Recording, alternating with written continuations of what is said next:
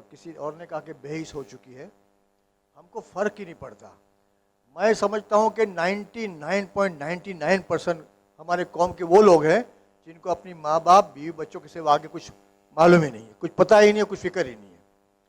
कौम का इतना बुरा हाल देखने के बाद भी, आज के बाद भी, आपने बहुत कुछ कहा, लोगों ने बहुत कुछ सुना, लेकिन फ़र्क कुछ नहीं पड़ेगा। वो चुनिंदा कुछ लोग हैं जो आगे बढ़कर काम हिस्सा लेते हैं, काम करते हैं, पैसा देते हैं, बाकी सब सुनने आते हैं या खाने आते हैं। ये बार बार बोलता हूँ, ये सोच के बोलता हूँ कि बुरा लगे उनको, ताकि कुछ फ़र्क पड़े, लेकिन फ़र्क नहीं पड़ता। अब बीच में एक शादी हुई थी यहाँ, तो हमने हिसाब किया बैठ के कि वो शादी में खर्च कितना हुआ होगा, तो कम से कम मेरे हिसाब से 20 करोड़ खर्च हुआ होगा, 20 करोड़ रुपया। मैंने उनको फ़ोन पे मैंने बात की उनसे, बोला मैं इसके ताल्लुक से बड़ा प्रोटेस्ट करने वाला हूँ। मैं पहले बहुत करता था, अब वो पॉलिटिकल पोजीशन नहीं है कि मैं वो सब कर सकूँ, लेकिन फिर भी मैंने धमकी का फ़ोन किया उनको। तो उन्होंने कहा यूसुफ भाई एक काम करो, 50 शादी करा दो आप गरीबों की, मैं आपको उसके पैसे भेज दूंगा। तो आज भी धमकी काम आती है, प्यार मोहब्बत की बातें काम नहीं आती। ये बिल्कुल सही है, मैं कोई ये आप किसी को जलील करने के लिए, मैं ये महसूस करता इसलिए बोलता हूँ कि देखिए आबिद जो मेहनत करता है, मैं उसकी मेहनत देखता हूँ, और जितना मुझे परेशान करता है वो भी मैं देखता हूँ।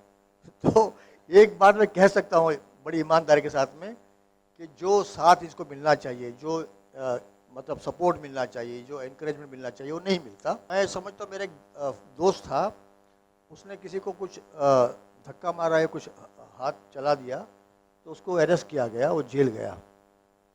उसकी वाइफ का फ़ोन आया मुझे कि मेरे शौहर जेल में है और वहाँ बिस्तरा देने के लिए 2 लाख मांगते हैं। बिस्तरा देने के लिए 2 लाख, तकिए के लिए 1 लाख रुपया, और थोड़ी जगह स्पेस ज़्यादा मिले उसके लिए 1 लाख रुपया और। तो मैंने एडवोकेट से बात की कि भाई कब तक छूटेगा ये? तो बोले कम से कम 5-6 दिन तो जाएंगे, 6 दिन जेल में रहना पड़ेगा। वो आदमी आज मिलता है तो पूछता हूँ कि 6 दिन कैसे थे? तो बोले इससे बुरे दिन हो ही सकते नहीं है।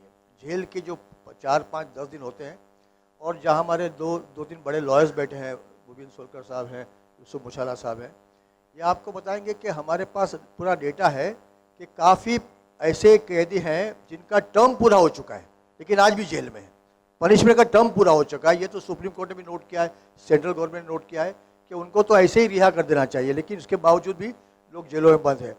रकम कितनी 5,000, 10,000, 15,000 होती है, तो 15,000, 10,000 के लिए 6-6 महीना, 8-8 महीना जेलों में रहते हैं। और ये खर्च वो है जो एक बार हम लोग एक फंक्शन में गए थे, कुछ 7-8 लोग खाना खा रहे थे, जब खाना खा के निकले पूछा बिल कितना हुआ, तो 60,000 रुपया। 6 आदमी का, 7 आदमी का 60,000 रुपया। उसी 60 से 4 आदमी जेल से छूट कर आ सकते हैं, लेकिन उनके क्या मालूम क्या क्या हो चुका है कौम को। तो मैं चाहता हूं कि कम से कम आज के दिन जितने लोग बैठे हैं, हमारी बहनें बैठी हैं, हमारी बच्चियां बैठी हैं, हमारे दोस्त बैठे हैं, वो सिर्फ ये वादा करे कि यहाँ से निकलने के बाद 10 कैदी को छुड़ाने की जिम्मेदारी मेरी अकेले की। आप भले पैसे वाले नहीं हो, आप करोड़पति नहीं हो, अब्जोपति नहीं हो, लेकिन कम से कम इतना तो आपके पास रिसोर्स है कि आप 10 ऐसे लोग तैयार करो जो 5-5 हज़ार रुपया दे, तब भी जाके इनका कितना बड़ा बजट हो जाएगा। मतलब 1200 पूरे 7 साल के हैं, उसकी जगह हर महीने के 1200 हो सकते हैं। लेकिन आपका रमज़ान का बड़ा मुबारक महीना अभी आने वाला है।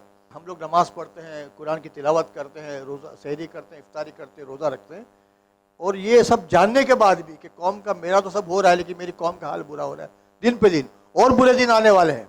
वो तो आपको टारगेट करके बैठी है कि ये कौम, इसको कुछ भी करके परेशान करना है। और आपके कितने लोग तो बेकसूर हैं। अभी जो आबिद के मेहनत कर रहे हैं, वो जो कसूरवार है, छोटा मोटा क्राइम किया या 1 टाइम ऑफेंडर है, वो उसका कोई उसकी गलती हो गई, लेकिन काफ़ी तो ऐसे बेकसूर लोग हैं जो 10-10 साल से भी जेलों के अंदर है, कोई कसूर नहीं है, लेकिन आज भी वो जेल में, उनके लिए कोई कुछ करता नहीं है, क्योंकि उनके खिलाफ बड़े बड़े इल्ज़ाम है।